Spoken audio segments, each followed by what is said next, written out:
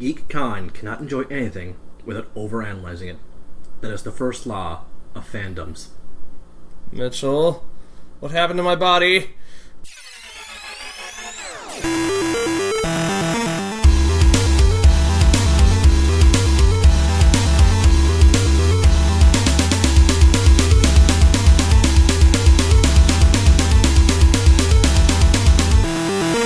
Alright then, one grueling adventure later, I think we've got you back to normal.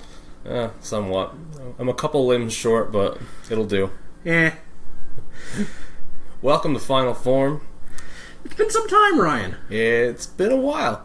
It's been, what, month and a bit? Yeah, give or take. Yeah. We tried keeping the fort held together while you were enjoying yourself. So, by now, let me see. New Jedi Dropouts should be up by the time this is up. Nice. We've got a brand new episode of Final Form for you, which you're enjoying right now, hopefully, or grueling your way through. And last week we had a new one-shot, first episode of Hyper Battle, and a new Dropout Report. And that nice episode you and your buddy had for Final Fantasy, that I might listen to half of it, but life gets in the way. Yeah, of course. But, we've kept busy here. Yeah, and we plan to keep it going. Yep. So today, we're talking about a big one. Oh, yeah, one of the biggest and most popular anime, I think, ever. Yeah, I could agree with that. And we're talking about the least popular original version of the anime. Yeah, I don't know. I think they're half. I think it's pretty balanced. I think it's pretty balanced, but the Brotherhood fans are certainly louder. Okay, that's fair. Yeah, that's fair. I have some friends who are generally pretty chill, but when I told them, I prefer the first Fullmetal Alchemist, they go from 0 to pissed off instantly. Yeah. I'm like, jeez, what did it sound like? I pissed on your mother? Jesus. I haven't we're talking about Fullmetal Alchemist. You clicked on the episode, you saw the title, you know what we're talking about. If you watched any of the episodes, you got what our joke was at the start.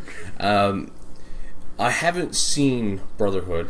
Yeah, I really recommend the first before Brotherhood, because Brotherhood's pretty much written and designed like you've at least either read the first half of the manga or the first few episodes of the original series. Yeah, and it's going to be interesting to watch that. Yeah, with that in mind. Yeah. Plus, Brotherhood does have a sharper animation and sharper colors, so it's one of those things where it's harder to go backwards. Okay, yeah, that's fair. Where it is easy to go forward, and if you've got an attachment to the original series, your nostalgia will bring you back easier. Yeah. I'm not saying that nostalgia has made the first one better. I just prefer the original's pacing. Yeah. And a few things it does differently than the manga I enjoyed more. Mostly how it handles the villains. I didn't really care too much for the Brotherhood's villains. Not that their motivations I didn't care for. It's their creation I didn't care for. Okay. But we should probably start with how Fullmetal Alchemist actually starts. Yeah. What's it about? I gotta say, I do think just the story of Fullmetal Alchemist, I guess, started with the manga, right? Yeah. So the premise of the manga, I think, is just one of the most brilliant premises for a story ever heard. I also just like how it starts with that massive jump in the first episode. You're like, what's going on? Where are we now? Yeah. Your intrigue is just it's got you by the balls. Yeah. And you want to know more. And the best part about it is the two main characters are so amazing. Yes, they are. That it doesn't matter when you find out with their backstory. You're just like, okay, that was weird. Meet these two characters. Oh, I'm almost instantaneously attached to these two. Yeah.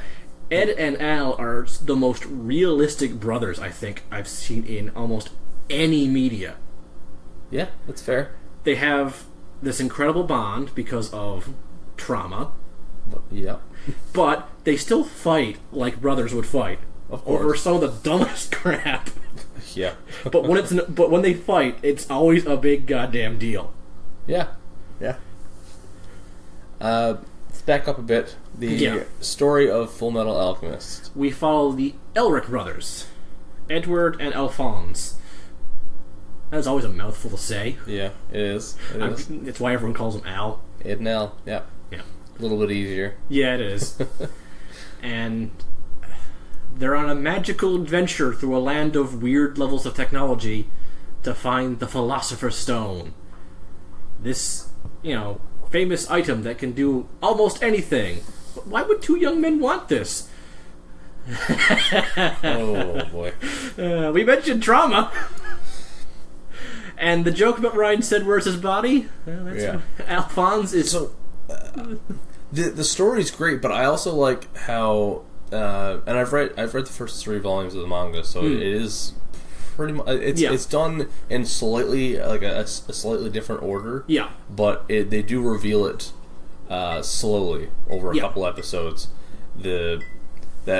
So first off, you're introduced to a seemingly just regular human. Kind of looks like a boy, but he's a man. Well, legally he's a man, but he's still a boy. Yeah, mentally he's in the mid. He's a teen. Yeah, and a hulking giant in a suit of armor. Yeah, with a child's voice. Yeah, who keeps sinking into the sand. Yeah, I love that scene. So you're introduced to these two. You don't really know what's going on. You find out that they're brothers, and one of the most famous running gags is the tiny brother is the older one. Don't call him short. Yes.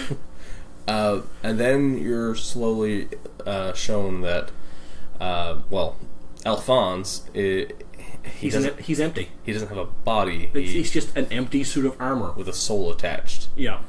And then it is revealed that Edward has one leg and one arm. Replaced with... Fullmetal. Yeah. Which is where you get the title, Fullmetal Alchemist. It's kind of a joke put upon him. Yeah. It also leads to a lot of jokes that, that guy's wearing a suit of armor. He must be the Full Metal because he's in full armor. Every time. And that's one of the things. It's a running gag, but they don't do it so often that you get tired of it. Every time it comes back, you're just in the back of your head going, "Oh boy, it's gonna explode." Yeah, because it works in a way where it's not like we're laughing at the same joke over and over. No. The joke is more so how frustrated Ed is that he has to keep hearing it over and over. As anyone who has to repeat themselves a lot that's one of the most annoying things on earth. Yeah, yeah. But, it's pretty early on. And this is an old series. I feel like we can do... We can definitely... This is from 2003. If you have not seen this or Brotherhood... Yeah. Or read the manga, this is clearly not going to be fun. Yeah. But that brings up a funny story. I watched 3 episodes of this show, and my best friend was so excited to talk to you about the show because I was, watching the show. He had finished it. He revealed us a plot point from episode 40. Wow. So I'm just like, thanks for that! So, we'll just say it right now, like, if you haven't watched the show, it's easy. We can't discuss it, but this is such a well-done show. Yeah. Please don't let us spoil this for you. Go enjoy this. Go watch it. Like, I am someone who has trouble getting through longer shows. It's 51 episodes? 51. There's also a movie, but the movie doesn't matter. Yeah. I did it. You can do it. Yeah. So, go watch it, come back. Don't let us spoil anything for you. Yeah. This is your last chance, people. Yeah. After this point, it's all fair game. Yep. So, what I love, again, a couple issues in, a couple episodes in, is when they reveal the backstory, which explains how they got to their state, and it just fits so well with their mother dying and them trying to resurrect her. Their naivete. Yes. Their attempting to... unwavering faith in science. Yes. They're basically... Edward at the start is basically what would happen if a hardcore scientist was also hardcore religious. Yeah. And that's one of the things Fullmetal Alchemist does. It does a very odd way of talking about both the pros and cons of faith in something undyingly. Yeah. And by the end of it, Edward has become a much more well-rounded person who's able to admit that I don't have all the answers. No one has all the answers. Yeah. And there are no easy solutions. Yeah. Everything truly has some cost to it. Which they hammer into your head to start every episode. They sure do. But they do it in such a way that it doesn't feel like they're hammering into you. Yes. So they attempt to bring their mother back from the dead. Because she's just, every human is just a bunch of chemicals. Alphonse is lost completely. Yep. And loses his leg. Yeah, it's his leg he loses first, right? Yeah, because I remember he has to drag himself to a suit of armor. Yeah. And using his own blood, tie Alphonse's soul to this suit of armor at the cost of his right arm. Not to mention, that is the point in which he sees what he brought back. Yeah, that doesn't happen in the manga the same way, and it definitely doesn't happen in Brotherhood. Yeah. That's the first thing that makes me like this season more. Okay. Because that heaping mess... Oh, yeah. That's alive. Yeah. That thing is not alive in any other version. And this show is heavy. Yeah, it doesn't look like it'd be as dark as it gets. No, because it's animated... very brightly.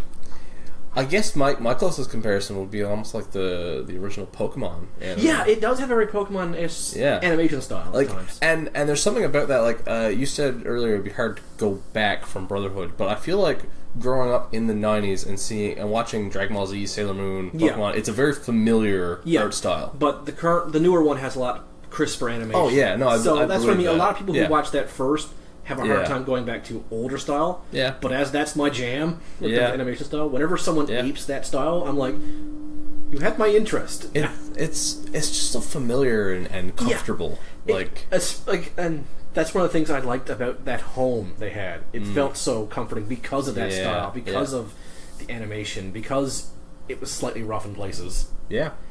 And side tangent, there's a running gag about anime protagonists with the same hairstyle, anime mothers with the same hairstyle as Ed and Al's. It's called the hairstyle of death. If they animate your mother with this hairstyle, she will die in this story somewhere. Huh. And I think one of the examples is actually from Attack on Titan. Yeah. I don't know about that. Yeah. Okay. Yeah, so there's a couple animes where they have the exact same hair over one shoulder. Wow. And they're like, well, that's their cue, your mom's dead. I'm going to have to watch out for that. And I'm like, I've been looking for that too. And I've noticed in a few places, it is true. And just to finish it off, so he's bleeding to death. His brother is now in this strange body, and he has to carry him. Yeah. At which point, like, any sane person would say, we fucked up, we've done enough wrong here. We have played God enough. But no, Ed needs to bring his brother back. Because that's not an action. In Ed's mind, that's not living.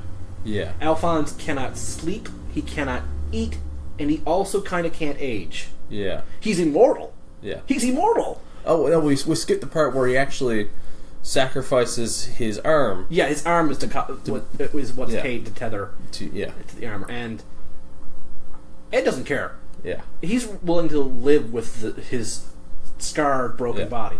But Al feels incredibly guilty for Ed and keeps saying, no, brother, we're going to fix you first. Yeah. And that's a really sweet part of the show. Yeah. That each one of them they're equally determined on the same quest, but for totally different reasons. Like, a lot of people call it they're being kind of selfish and childish, but they're also not in a childish way. Because Al's doing this for Ed, Ed's doing it for Al.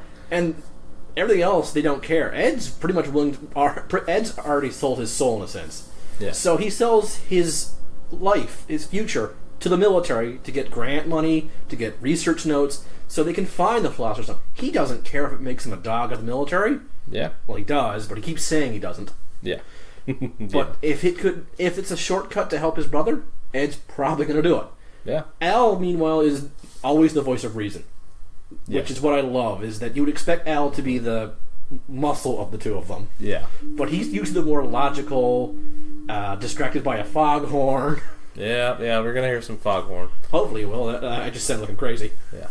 But they always have such good back and forths. Yeah, they really do. And so many quiet moments between these two. Like, there's just a lot of nice, slow moments in this anime where you can get to catch your breath and really grow with these two. Yeah. Yeah.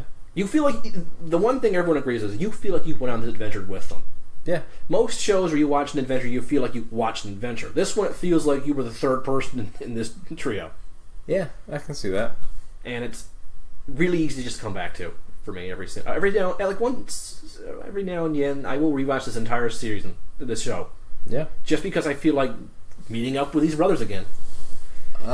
So let's talk about some more big pros of the show. I think the surrounding cast of characters. Oh yeah, everyone loves the surrounding cast. The most popular are Colonel Roy Mustang, their childhood friend Winry Rockbell, and of course the side character who's been passed down through his family through generations. Yeah. Everyone loves Alex Louise Armstrong. I love Armstrong so much. Yes. One of my favorite parts of the show. Yeah, there's only one thing that Brotherhood does better than the original series, and that's give a lot more scenes for Alex. Oh, okay. That might win me over. Yeah. We'll see. I will never deny that, but just... those are the three that always come to my mind, but Fullmetal Alchemist is also one of the anime that I also consider the saddest. We're going to talk about it, aren't we? We've got to talk about that elephant in the room, because... 2 words, and anyone who's seen the show knows exactly where we're going here. Shao Tucker. Is that where you're going?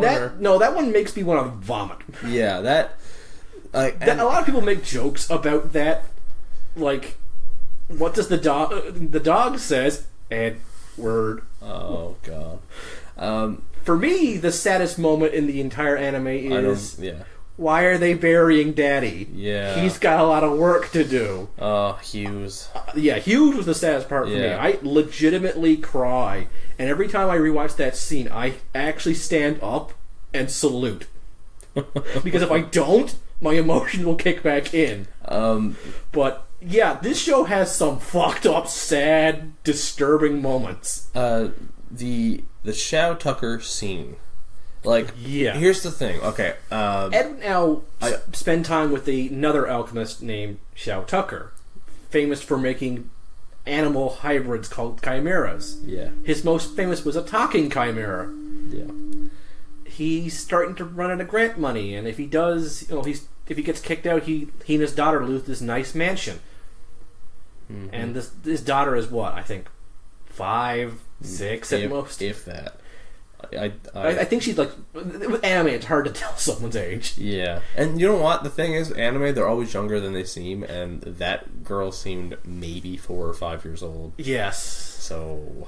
I don't know. I want to say 5, because any younger and I start to get even more sickened. But he kind of snaps and decides, well, I need to make a talking chimera to save my daughter. What if I make her into the talking chimera? That'll save her. Yeah. But you're not shown any of this beforehand. No, thank Christ. Honestly, it's kind of worse. Because you realize it at roughly the same time. If you haven't read it. Yeah. That Ed realizes it. Yeah. And it dawns on him. And you see the emotion change in his face. And he turns on Tucker. And then she stops him. Yeah. Because, don't hurt Daddy. He's done nothing wrong. Mm-hmm. He's done everything wrong. Yeah. I read the manga, that particular part, at work at roughly 3 in the morning. Oh, that must have been fun. And it was such a dark night. And I thought after reading it that maybe that would soften the blow when I watched it, but it really doesn't. No, the emotions from the voice acting is just... And the whole episode, I could just feel it coming, and I could just feel myself tensing. Don't do it. Maybe they changed it for the show. Yeah, maybe the manga is darker, but maybe they brighten up for the... No. Oh, boy. Boy. Another dark moment, besides the Shao Tucker and Hugh's death. Yeah. And it's not even anything that happens per se, but the realization of the recipe for the Philosopher's Stone. Yeah. When Edward and Alphonse put 2 and 2 together and realized, what is it again? It's human life. Yeah. Countless amounts of people must be mushed up in a sense. Yeah. And they have to be living people too. And that's a ways into the show. Yeah. About halfway. Yeah, roughly halfway into the show, they've been on this journey searching and searching for the Philosopher's Stone, and then they realize that, like, hey, we do know how to make it, but... Oh, that cost. Yeah. Sure, with it you can pretty much break the laws of science, reality as you wish, but... Is it worth it? Luckily, Ed and Al immediately say, no. Well, no, yeah, because they're decent people. Yeah. But then we find out how many people are not decent people in this series. Mm-hmm. And if that gets into the wrong hands, which it does. Yeah. And then there's these sort of gray hands that still get their hands on it. Yeah, exactly. So I want to talk for a minute about why I wasn't the biggest fan of the show, even though I was. I found, and I didn't know it at the time because I went into this not knowing. I knew it didn't follow the manga straight because I knew that they kind of surpassed the manga. Yeah, they had to do something because they could. It was either going to do filler arcs until she finished. Yeah, because this is actually written by a woman. A lot of people don't know that. Did not realize that. Yeah, or it was either make a lot of filler stories or make their own stories, and she approved making their own stories. Yeah, a lot of people think she just was they surpassed her and just never spoke for her. No, she actually was a part of the writing staff. I don't think she was had veto powers. Yeah, but this entire series has her seal of approval. Okay, she likes to see it as a what if. Okay, yeah. Same with Brotherhood. Brotherhood is almost a one-to-one of the manga, but it does do its own things, so she still sees that as another what if, but with a lot less what ifs. So I again, first 3 volumes, so I didn't even read everything that was in that this show adapted. Yep. And I haven't seen Brotherhood, so I don't know where the story goes. Yeah. Originally, but it came a point in the show where I wasn't really feeling the story. It wasn't doing anything for me. I was kind of bored. Yeah.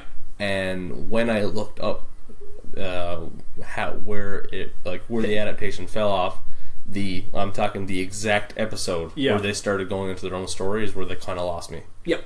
I will admit there is a low point in the original series, but after a while, you get past 4 maybe 5 episodes, I feel it gets its own groove. Okay. Because it still does its own thing. Yeah. After that. Yeah. The final villain is not even in the manga. Yeah. And I actually think she's a much better written villain than the final one from Brotherhood. Okay. Yeah. Not that I dislike Brotherhood's final villain. I think he's really interesting too. Yeah.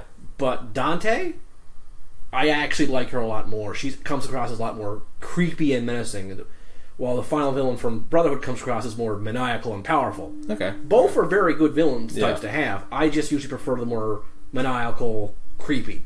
Yeah. That's fair. More my jam. Yeah. I like villains that kind of will twist the knife. Yeah. I found the third arc didn't really do much for me at all. Which is easy to tell because they use 4 different theme songs. Yeah. They do that whole thing. Yeah. The fourth one started to pick it up a little more, and I did like the ending of the show. Yeah. It came back around. Yes. But it still never got to the heights of the first half of the show. The thing about Brotherhood is it doesn't the first part. Yeah. They don't really adapt. Okay. Because you've already watched that. Yeah. Where it splits off, that's when they start to readapt things. Okay. So what some people do, I know, was watch the first third of 2003, and then go to Brotherhood. Okay. It doesn't one-to-one work like that. Yeah. But some people consider that to be the masterpiece anime version. I will take 2003's flaws and all. But I will, if someone puts on Brotherhood, oh yeah, I'm watching that. Yeah. I will hardcore watch that. Yeah. A lot of people get this impression that I don't like Brotherhood in the slightest, and that's not true. It's just, overall, 2003's pacing is what I care for, and Dante, I just like Dante's plan. It's so perfectly selfish. Well, Brotherhood has a world-ending phenomenal cosmic powers, where I'm like, how did we get here? Did we jump something? It felt like way too much power escalation too fast. Yeah. It felt like he would be episode 100's final villain. not episode 50s. Yeah, that's fair. But I can't remember. I think it's just called Father. That's the name of the final villain of Brotherhood. Okay. It's just Father. I'm trying to remember. There was a villain I forgot to make note of that was in the later half that I really enjoyed, but it was pretty short-lived. Greed? Yeah, that's the guy. He had the armored skin. Yeah. He has a much bigger plot in Brotherhood. Okay. And I do kind of prefer him in Brotherhood, I will say that much. But every other homunculus, I actually feel is stronger in 2003 as well. Okay. Yeah.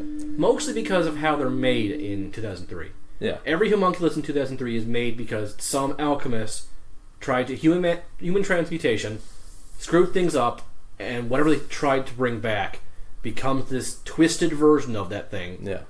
While in Brotherhood, they're all created by one person. Okay. And they're all aspects of him. Which makes them powerful, but defeats a lot of their whole this is your fault to the main characters. Alright. Especially when it comes to Sloth. Yeah. Sloth in Brotherhood is this giant, hulking, actual sloth-like creature. He's just very lazy, lethargic, and stupid strong. While Sloth in 2003, it's made from Ed and Elle's attempt to make their mother and has all her memories and can't stand the two of them for creating her and abandoning her. Yeah. And will drown them using her liquefied body. And that alone is that's the kind of villain I want my heroes to fight. Yeah. Hey, you made this. Clean up your goddamn messes, young men. I really, really enjoyed the couple episodes around. Let's see if I can get the names right. Is it Barry the Butcher? Is that right? Barry the Butcher. Yeah. Yeah, and the two brothers. These are slashers. Yeah. Yeah, the slashers. Yeah. I love those guys. Yeah. I thought it was fantastic. Barry has a bigger plot in Brotherhood, but I actually feel it's really weak. Oh, okay. He just kind of hangs around for a while. It feels like. Okay. Wherein I thought they were used really well there. Yeah, they're only around for a few episodes, and they leave such a strong impact. Yeah. And it really does reflect on Ed and Al, especially the Slasher Brothers. Yeah, because not only with those couple episodes are you getting formidable opponents for Ed and Al. Yeah. They're put to the test. With not really Al. Yeah, I guess. Yeah. When it becomes a psychological battle, then it's... Yeah, that's the thing. An actual fight against Al? No, that wasn't. No. That was more of a comedy fight. But, it's fun. Yes. They're pretty good fight scenes. Yes. But they get in their heads so much. Yeah. Both of them. Yeah. They really fuck with them. Yes, and some people might say, oh, Al pretty much gave up really damn fast. He kind of gave into these clear lies. First off... How does Al know any of this? Yeah. He's been having questions for a while, and Barry just knows right where to poke, and because Barry's crazy, he doesn't care. Yeah, exactly. His philosophy is, I killed, therefore I am. They didn't really plant any seeds. These were... there were fears and bad timings for Al. Yeah, exactly. And just enough to make a... All he needed was for someone to... Push. Yeah, exactly. Push into Event Horizon, I guess is the best way of putting it. Yeah. And then the Slasher Brothers just know right what to say to Ed, because they can almost just read the poor boy. Yeah. And I just love that fight, though. It's just so brutal for Ed. Yeah. And... Although I do love a few of Ed's quick remarks, is that guy better than fighting than you are? Not really. Oh, then Al's not going to have any problems. Cuts that Al whooping him. Yeah, I really enjoyed that. But also what I like about that is it really shows you how much Ed considers things alive. The Slasher Brothers don't have bodies. They don't see themselves alive. Yeah. But if Ed says that, then he's denying his little brother. Yeah. And because of that, he won't even kill them, despite the fact they're convicted murderers. Yeah. Ed is that much of a, you're alive, you have a right to live. Yeah. I can respect that. I can argue with it, but I can respect Ed for that. He has his philosophies, and he sticks to them. Yeah. Although he almost does cross that threshold. But once he sees it would actually be real live humans, he's going to make it to the stone. He stops. He just thought it was leftover goop. Which, it's already dead. You might as well put it to use. Yeah. Oh, there's like 20 people that were going to be thrown in. Yeah, but they're all murderers. They're still people. We should probably talk about another major character that we missed. Scar. Oh, yeah. How did we not mention Scar earlier?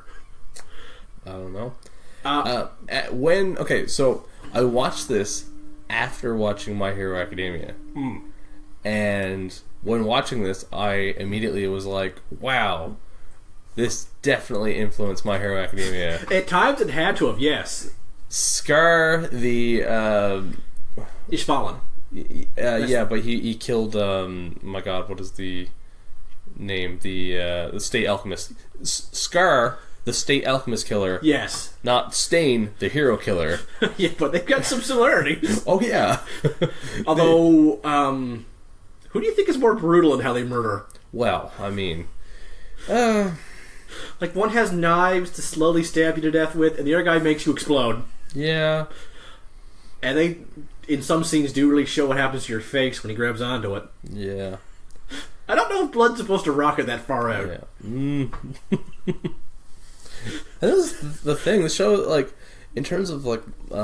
this is not a kid-friendly show. No, you would think it would be based on the animation, but not even a little bit. People around Scar are basically blood balloons. Yeah, pretty much. Very chunky blood balloons. And this character arc takes an interesting turn. Yeah. Like, it doesn't have, like...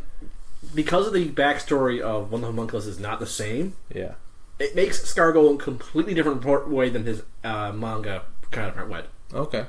He kind of lives in the manga at the end, I believe. Okay. But in this one, I kind of much prefer how he ended up in this version as well.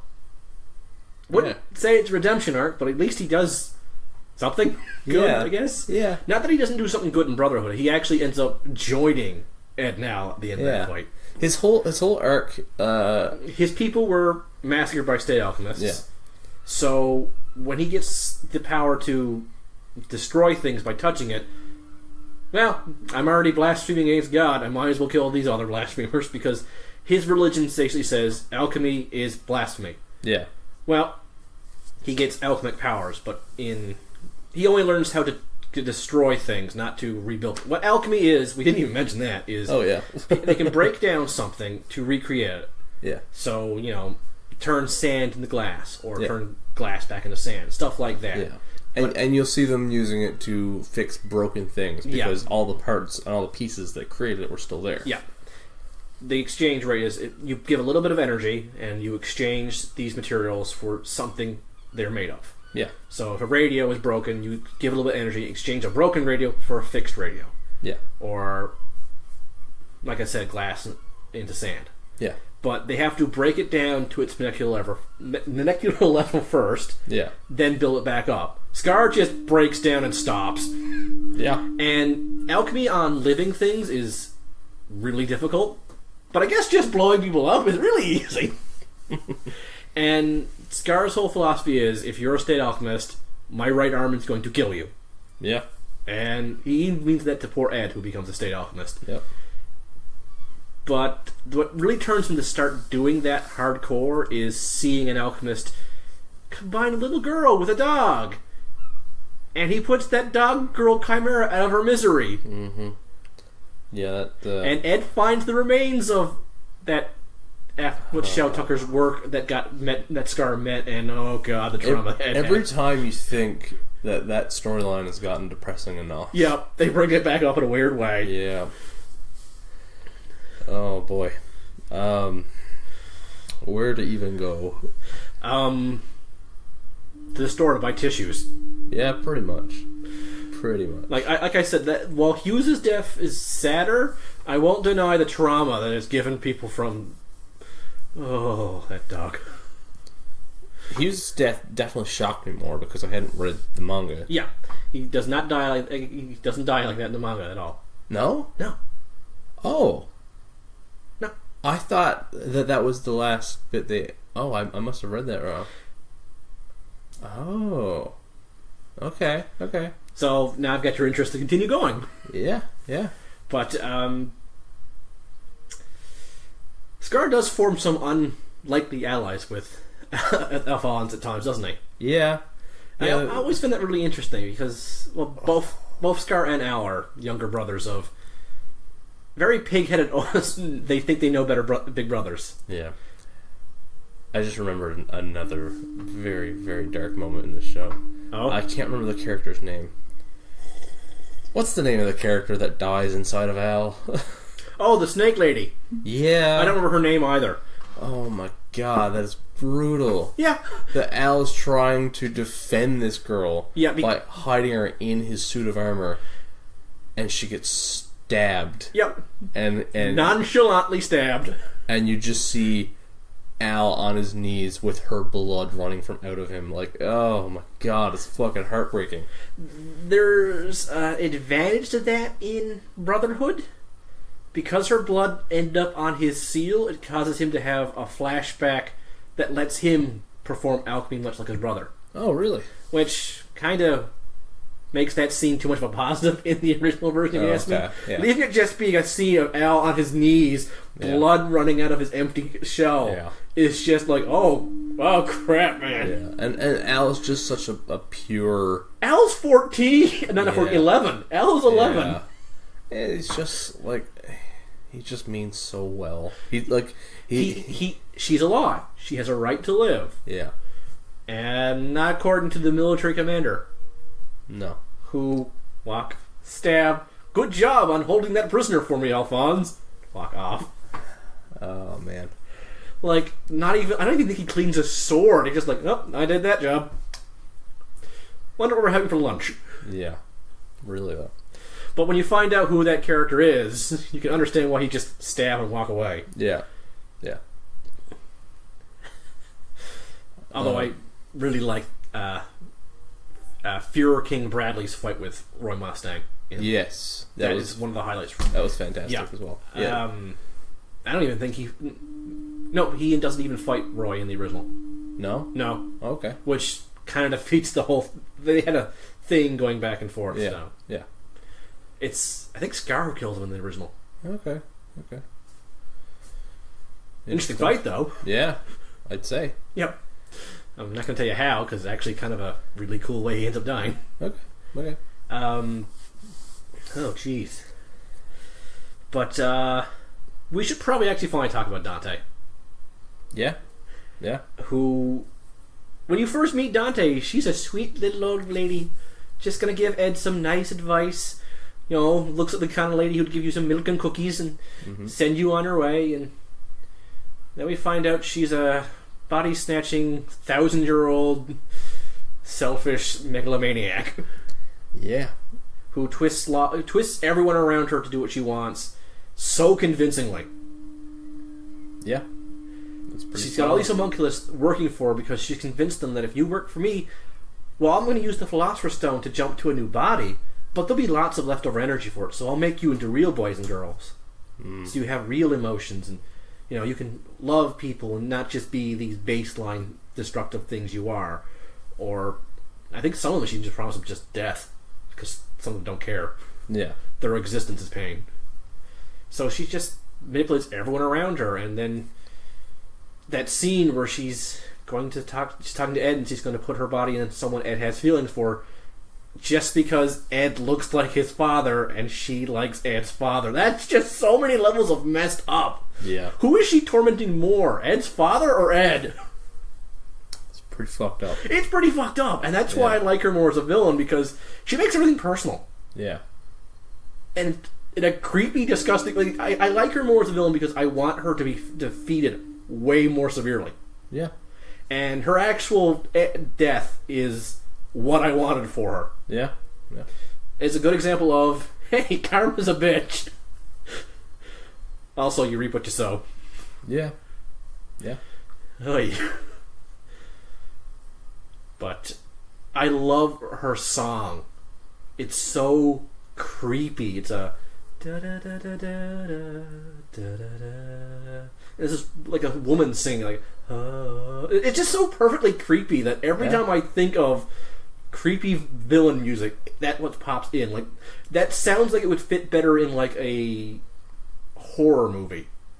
Yeah. You could hear that being hummed while this demonic woman, stalks you. Yeah, I can hear that. Yeah.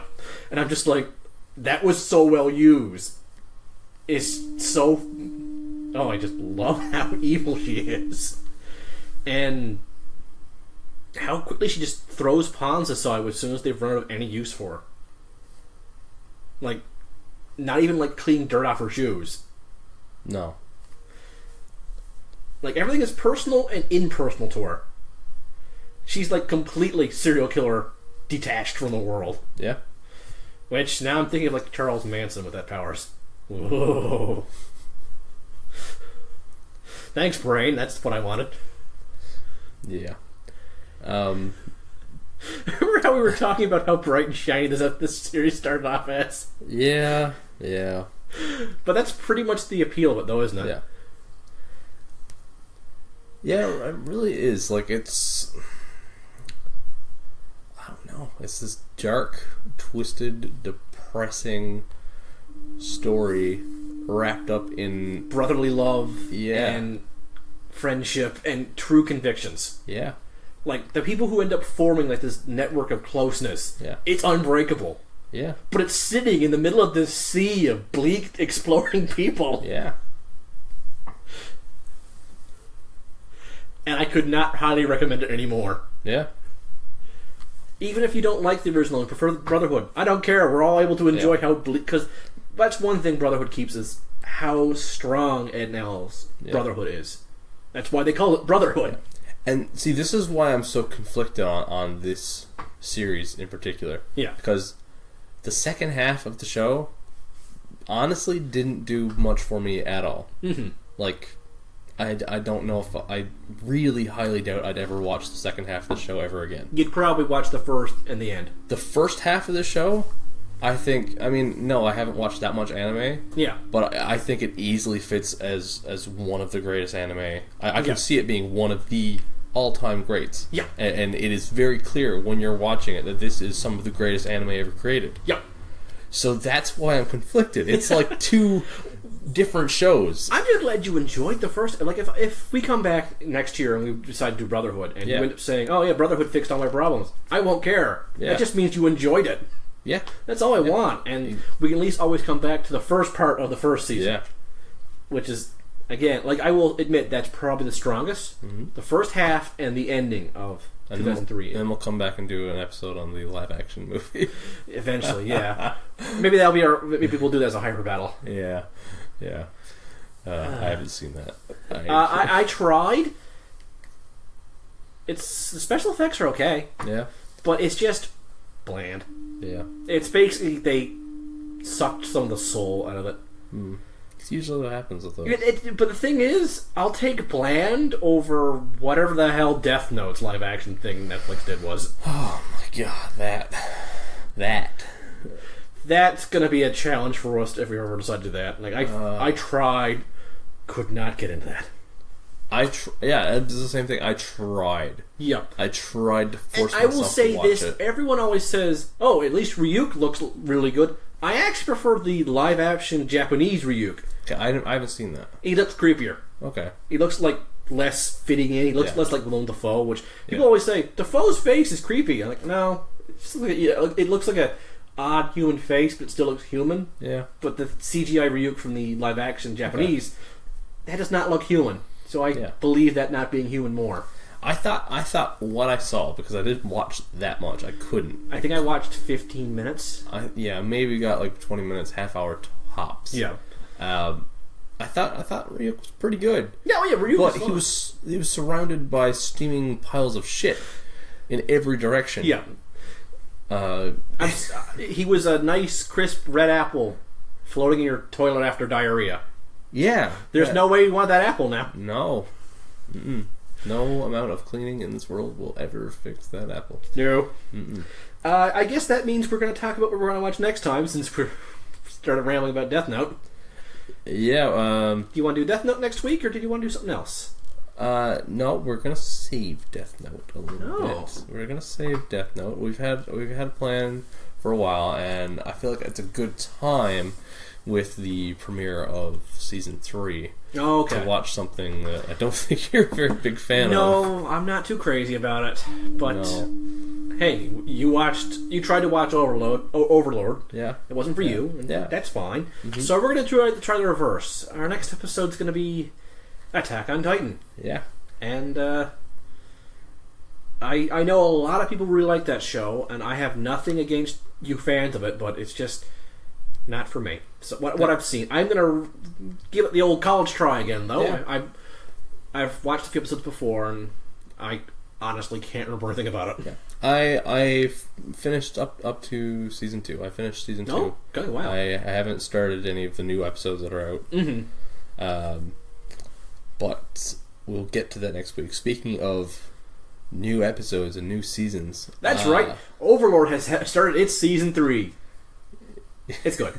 Yeah. Well, yeah. What we we should just chat a bit about like current anime. Yeah, we should. Yeah. But the real one we both want to talk about. Well, yeah. It's My Hero Academia season 3, which is almost caught up.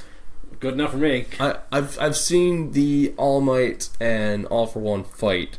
Oh, so that's the main thing. I hope we're not spoiling this one for everyone else too. But we're gonna start talking about My Hero Academia spoils as well, because season 3 is better than season 2 so far, isn't it? I don't agree. No, really. Like, okay, look, don't get me wrong. An actual debate. I'm looking forward to this. Okay. I don't like this as much as season 2. Mm-hmm. I think I will say it's maybe on par with the Hero Killer arc. I don't like it as much as the tournament arc. But don't get me wrong, this is still like the best fucking thing on TV. This is fucking amazing. Yeah. It's it's like comparing it's like saying the best what's a good example? The best poutine I've ever had. It's not quite as good as the best hamburger I've ever had. Yeah. It doesn't mean it's not fucking delicious poutine, right? Like they go really well together. Yeah. No, it's fucking great. Like, this show is just pure concentrated deliciousness. Every episode. I don't think I've seen a bad episode yet either. No. There's, like, a couple episodes have been good. I think... That's the worst I can say. Yeah, the worst I can say about this show, I'm still not totally sold on Mineta. And I'm still not really sold on him being, necessary. No one's sold on him. And I love that comic I sent you about... Mr. Aizawa just like, if you want to be a hero, you have to stop doing this. Yeah. What do you mean? You just pointed to my generation. Yeah, stop being you. Yeah. Here's my only other possible complaint for the show, because it is hard to find complaints. I feel like, and no, I haven't seen a bad episode, but I feel like in season 1, if they cut out all the repeated scenes and repeated dialogue, they maybe could have cut out a whole episode. Yeah.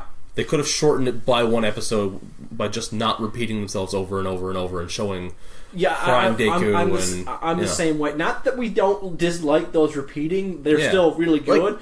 But if we didn't, we may have gotten an extra episode. Yeah. Like the season 2 had an entire original episode, which was Froppy's episode. Yeah, that was completely original. I want more of that. Yeah, a side story would have been preferable to But I know that's a death knell for most anime fans. They don't want filler. Follow the manga 100%.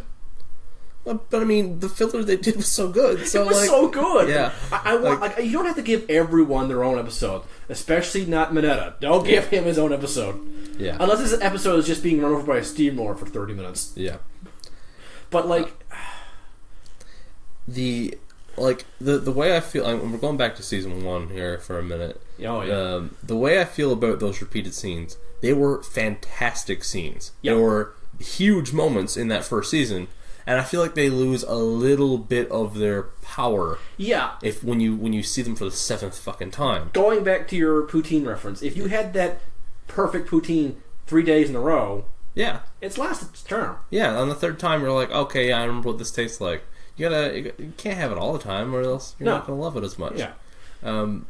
But the scene where of the tape of All Might climbing over the wreckage, and then the scene of Deku with crying with his mother holding him, and then the scene of Deku on his knees as All Might tells him that he's going to be his successor. Yeah, like we saw those three. There's enough of those three scenes to literally fill a whole episode. I want us, if not, then pretty damn close. Yeah, like to a full episode, like of those scenes repeating. And I agree with you. Those are really damn powerful scenes. Showing them twice would have been enough. Yeah. Or if you have to keep re-showing them, just show them in the previously on. Yeah, exactly. But actual flashbacks in the middle of the episode. Yeah. But that's us nitpicking, because like I've mentioned before, in Yu-Gi-Oh! They did a flashback to a flashback of a flashback of an ancient flashback. Yeah. And I'm like... But, like, let's be real. In Season 2, they stopped doing that shit. Yeah. And the show really hit its stride. Yeah. And I feel like they've just been, like, on a perfect stride ever since. The pacing is just amazing, and... the only complaint I have is 30 minutes is not long enough. No, it's not. It's not at all. Because I love this show. Some people have already said there's a couple of filler episodes in Season 3 that I didn't feel they were filler. You haven't seen the one people complain about, because and they move into a dorm soon, what you haven't seen yet, and they show each other their rooms. That's the entire episode. It's fine. It's actually pretty. I'm so invested in these characters. I'm like, I don't care. Let's show an episode about, hey, they're getting lunch and they all have different tastes in food. What do they like to eat? Okay, sure. What conversations do they have over lunch? Oh, it's laundry day. Yeah. Like, I don't care. I don't care at all what they're doing anymore, because I'm so invested in these characters. I just want to see it. I just want to see their day-to-day lives. If they do actually do one really hilarious joke in the showing each other their rooms. Yeah. They don't go to Mina's room. And that's a joke. Yeah. They refuse to go in there. And I'm like, that's what all the other fans are probably thinking too. Yeah. Let's not see this room. Yeah. Let's just walk on by. Yeah. But no, it's absolutely phenomenal. Yeah. And I can't wait for more. Yeah. I gotta agree. Yep. Although it's still on its 2 week wait period, which, oh no, 2 weeks. Yeah. I mean, sure, I want more of it now. I want you to just hook it up straight to my veins. I waited to start Season 3. I don't think I'm going to be able to stop now. I think I'm going to have to go, constantly keeping up with it. Saturday mornings. Yeah, I think I'm going to have to. Yeah. Because it's just so good. Yeah, it's the best part about it is it brings back Saturday morning cartoons. Yeah. And it kicks the crap out of, almost all the Saturday morning cartoons I watched as a kid. Yeah. The only shows I can think of that come close to it are stuff like Beast Wars. Yeah.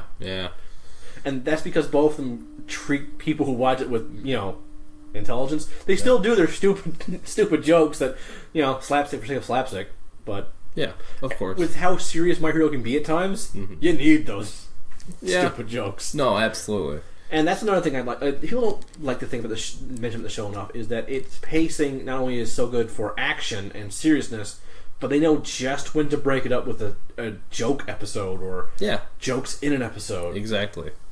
They're all 100% serious episodes. But when you stop and think about the absurdity of some of the things that just happen, you gotta stop and chuckle. Yeah, absolutely. Yeah, I mean, what's a good example? I know it's a very serious scene, but seeing Broken Deku trying to reach for Bakugo being teleported away, it's kind of pathetic. So I chuckled a little bit at that, because I'm kind of morbid like that. Fair enough. But it's still a powerful scene, and I'm like, yeah, that sucks. But it would probably have looked a little bit better if you didn't look like the next breeze would have killed you. Yeah.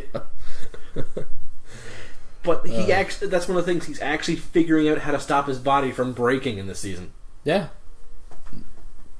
With one piece of advice from All Might that I love, and it's you're still trying to be me. Be yourself.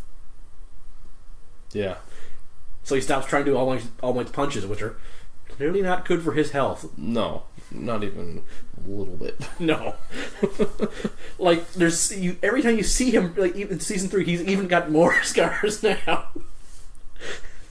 He's gonna look worse than some characters in other anime that are like 95% scars. It's gonna look like Freddy fucking Krueger is what he's gonna look like.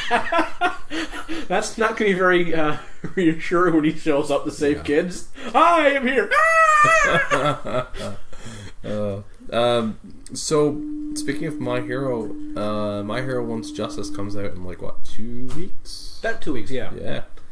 So that's gonna be interesting. Oh, it's yeah. gonna be fun. Yep.